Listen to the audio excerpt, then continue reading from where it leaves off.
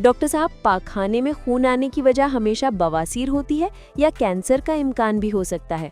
अच्छा, बहुत सारे पेशेंट हमारे पास आते हैं कि वो जी हमने बवासीर का इलाज करवाया था। ख़ासकर ये जो क्वेक होते हैं वो कोई किसी को तेज़ाब लगा देते हैं, किसी का कोई कहते हैं हमने बैंड लगा दिया है। तो जब भी किसी पेशेंट को स्टूल के साथ पखाने के साथ ब्लड आए तो इट्स ए वार्निंग साइन। अब लाजमी नहीं है कि उसको बवासीर की वजह से ब्लड आ रहा है। 80-90% तो कॉमन बवासीर होती है, लेकिन 10-20% ज़हन में रखें कि ये किसी बुरी बीमारी, सिनिस्टर डिजीज़ लाइक कोई सीए रेक्टम जो कैंसर रेक्टम का हो गया है, या सिग्माइड जो बड़ी आंत का कैंसर है, उसकी प्रेजेंटेशन भी ऐसी ही होती है कि ब्लड आता है उसके साथ स्टूल के, ठीक है, तो वो वार्निंग साइन होता है। अब उसकी वजह से कई दफ़ा नीचे हेमराइड भी, बवासीर भी बन जाती है, उसे कहते हैं सेकेंडरी हेमराइड। वो ट्यूमर की रुकावट की वजह से बनते हैं। अगर किसी को प्रेजेंट किया ब्लीडिंग पर रेक्टम के साथ, तो डॉक्टर का जो सर्जन है वो तो उसको प्रॉपर इन्वेस्टिगेट करेगा, उसकी पीआर पहले करेगा, डिजिटल रेक्टल एग्जामिनेशन, फिर प्रोक्टोस्कोप डालेगा कि अंदर ऊपर कोई ट्यूमर तो नहीं पड़ा हुआ। अगर फिर भी उसकी वो